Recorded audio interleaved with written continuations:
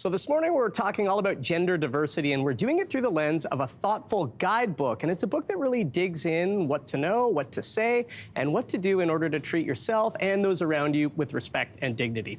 Airton is back with their updated version of Gender, Your Guide, and it's a pleasure to welcome Dr. Airton back to the Your Morning Studios. It's great to meet you. Thank you, Teddy. It's a pleasure. So this is the new version of the book, which I love, the updated version, and you dedicate this edition to your dad, who I know has since passed, and you write some really beautiful words. You say, "To my dear old dad," this is really moving, "who endlessly loved his non-binary kid without needing to understand every single thing." It's really moving. And you go on to say, "Dad was proud to have contributed everyone's favorite thing in the book. There they are, Person America." So I love that. Can you explain this Person America reference? I totally can. Yeah. My dad was endlessly proud because this was literally everybody's favorite thing in the first edition. So I have a little sidebar in one of the chapters where I talk about how my dad loved to sing us the Miss America theme song when we came down in the morning, especially when we were teenagers and we looked like the morning was our enemy, you know, just sort of like bedraggled and resentful for being alive. Yeah. And he would just sing to us, "There she is, Miss America." But when I came out as non-binary, my dad didn't want to let go of the joke. And so he changed it to, "There they are, Person America." And then he laughed hysterically because he thought he was funnier than literally anybody else did. He had a great sense of humor, he was right? a really, really lovely guy. Yeah. So I dedicate that to him because he taught me and a lot of other people how to just adapt. Right? Yeah. To adapt even your most favorite things just a little bit to maintain your relationship and actually have a wonderful time. Yeah. So that's why it's for him. Well, I'm sorry for your loss as well. Thank you. Lots of practical tips in here. I thought this one was really interesting. You say, let go of needing to know everything. And as we touched on, you say your dad was really good at that. Can you expand on that and tell us a bit more about that tip in particular? I can. So I think especially in these really very polarizing times, because that's a big shift from the book's first edition in 2018, is that we were more sort of exploratory and like, where is this going to go? And unfortunately in 2014, it's gone to a more challenging place and become more politicized. And my dad was really good at loving us. I'll say that. He was really good at letting me and my siblings know just how much he loved us and how much confidence and faith he had in us. And even if he didn't get it right all the time, like with my pronouns, or even if he probably couldn't define related terms, he always just did his best. Yeah. He did his best and he never complained about it.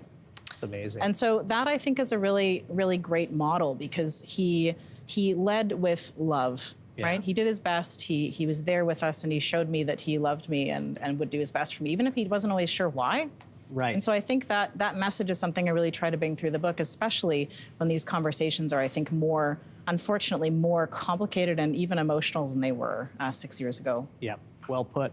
What else is new in this second edition of the book? Right. Lots is new. I will say that there's a bit of a shift when I talk about how to make gender-friendly change where you are. Okay. So I talk about how to sort of bring people into the conversation and how to have those conversations in your family, if someone's gender identity has changed, or how to have them in your workplace.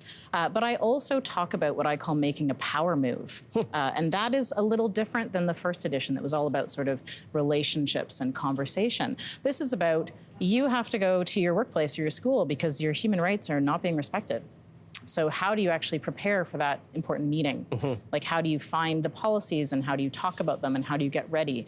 So I think that reflects the fact that we have so much more policy, like in your job, there's like a gender identity and expression policy in everyone's workplace now. Yeah. But having to kind of go to bat for yourself in more challenging times is something I think the reader will go away from the book having with them. Cool. Yeah. We talked about some of the practical tips in here. I want to ask you, even amongst well-intentioned people, mistakes are going to happen. Of course. So if we accidentally use the wrong pronoun for someone or misgender them, what's the best way to go about correcting that in the moment in front of the person? Right on. That's a great question. It's something that has not changed in these past 6 years. So the best thing to do is actually to think of yourself as a person who just said, oh, that person's left-handed, not right-handed. Right? So it can feel like a big deal. It's not, because that's not a really big deal. So just model, oh, I just made a little mistake. You can just say, oh, sorry, quickly rephrase, and then move on. right? The moving on is a really tremendous gift, actually. It's not showing you don't care, right? It's not better to sort of make a big deal out of your mistake and say, I'm so sorry. It's actually better to allow things to go back to their normal rhythm, because today, that's not what we expect anymore. Right? It can become a little more heated. So it's a great gift to somebody when you make a mistake to say, oh, thanks, as they were saying, and just let things take their course. That remains a wonderful thing to do when you make a mistake, because you will. Yeah. That's okay. Awesome insight and advice. Dr. Lee Airton, thank you so much for being here. My pleasure. And a reminder, the book is called Gender Your Guide, 2nd edition. Hey, thanks for watching. If you liked this, be sure to subscribe here, or you can check out more Your Morning videos right here.